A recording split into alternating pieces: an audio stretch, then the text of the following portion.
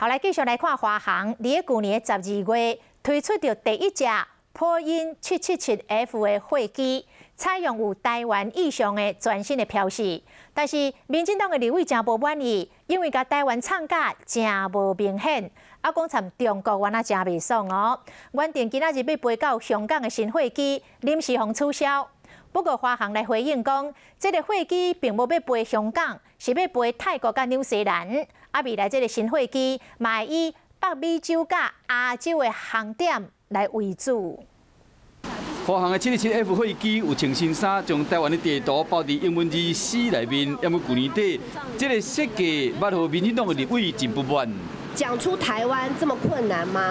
民进党立委认为台湾无够明显，不过依照媒体报道，听讲中国嘛真无满意，本来要飞香港的新货机临时被取消，连续来飞上海深圳等航点嘛无要飞啊，改由旧的货机去飞。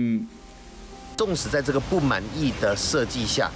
中国还是想尽办法阻挠，所以面对非中国的航线，我们可能要有一些权变。华航发出声明表示，讲777F 的货机有省油高效能的优势，所以讲伊派飞北美货机航点为主，佮搭配亚洲等等区域航点，目前已经飞日本东京、越南乌志明市等等航点。美国英文许可嘛已经取定，估计明仔载开始会派飞洛杉矶。今日决定派飞泰国曼谷、纽西兰的基督城，并无香港，不过有台湾以上的货机要飞中国，恐惊有困难。他也可以以类似的议题告知他所周边跟他合作的盟国说，